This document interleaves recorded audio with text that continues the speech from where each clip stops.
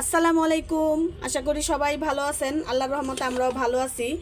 সকাল সকাল এখানে সবজি কাইটা নিছি। এই যে বেগুন ভাজা করব, আর মিষ্টি কুমড়া কাইটা নিছি। মিষ্টি কুমড়া এখানে যে মাছ বের করছি, মাছ দিয়ে তরকারি রান্না করবো একটা ঝোলের। তো এগুলি গোছ গাছ করতেছি। সকালবেলা নাস্তা খাওয়া শেষ।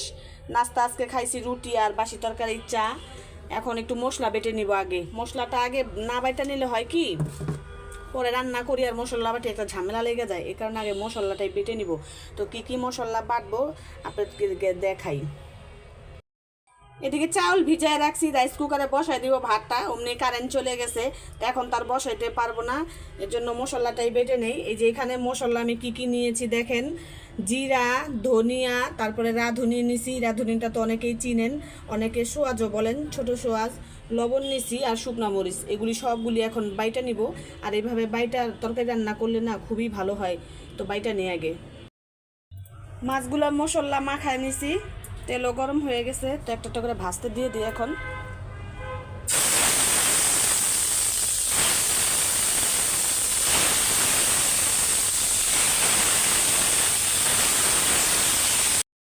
মাছ ভাজা নামায় ফেলছি, তেল গরম হয়ে গেছে, তরকারিটা এখন বসাবো। পেঁয়াজ আর তেজপাতা দিয়ে দিলাম।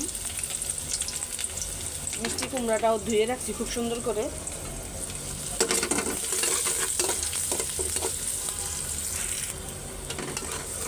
আমি ইদানিং তরকারির মধ্যে তেল একটু কমই খাইতেছি।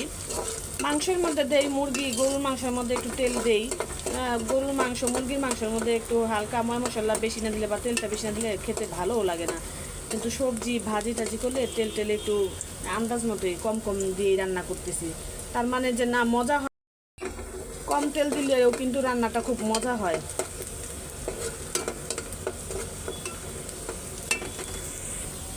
পেঁয়াজ লাল হয়ে আসছে, এখানে হালকা একটু পানি,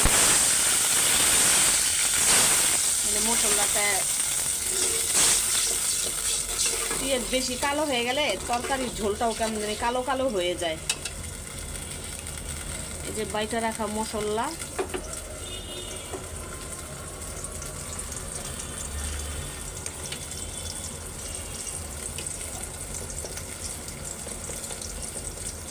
পরিমাণ মতো হলুদ, লবণ কিন্তু আমি বাটা মশলার মতো আগেই দিছি, এখনই দিব না। আগে দেখবো যে লবণ লাগে কিনা, তারপরে দিব। তো এটাতে কষায়া তারপরে মিষ্টি কুমড়াগুলি দিয়ে দিব। মশলা কষে আসছে তেলের উপরে, ধুয়ে রাখা মিষ্টি কুমড়াগুলি এখন দিয়ে দেই।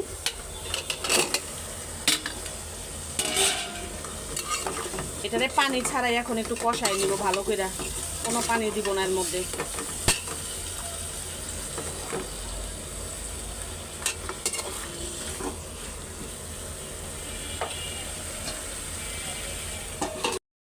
তরকারি প্রায় হয়ে আসছে, আমি সুন্দর করে কষা এখানে ঝোল দিয়ে দিছি।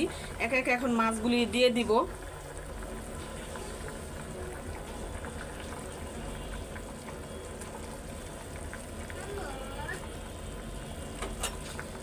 হয়ে আসলে জিরা গুঁড়া আর এখন একটু চিনি দিয়ে দিব। চিনি না দিলে তো মিষ্টি কুমড়া তরকারি একদমই স্বাদ লাগবে না, যতই মজা করে রান্না করেন। তো আমি এখন একটু চিনি দিয়ে দিব। তো এই যে চিনিটা আমি দিয়ে দিতেছি।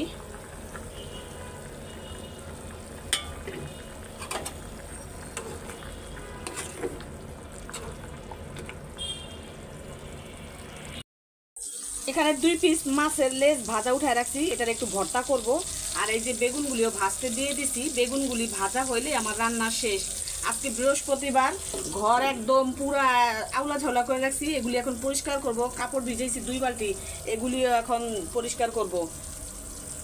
ঘরের অবস্থা এইরকম, এখন সব কিছু উলটপালট হয়ে গেছে। এগুলি এখন তাড়াতাড়ি করে গোছ গাছ করবো।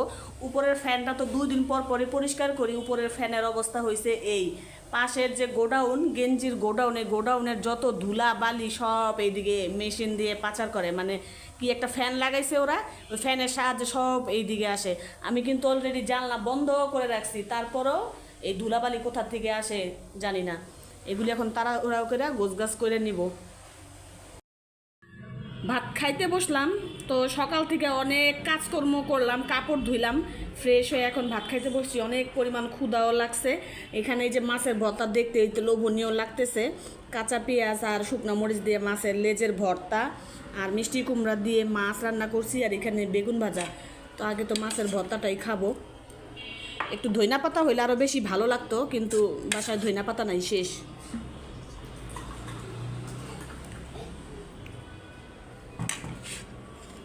ইলিশ মাছের লেজের ভর্তা খাইছি, কিন্তু অন্য কোনো মাছের লেজের ভর্তা খাওয়া হয়নি।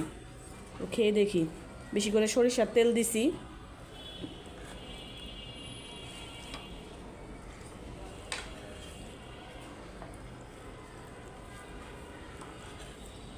মাশাল্লাহ, অনেক মজা। কড়া কইরা ভাইজা নিছি না মাছ, খুবই স্বাদের হয়েছে।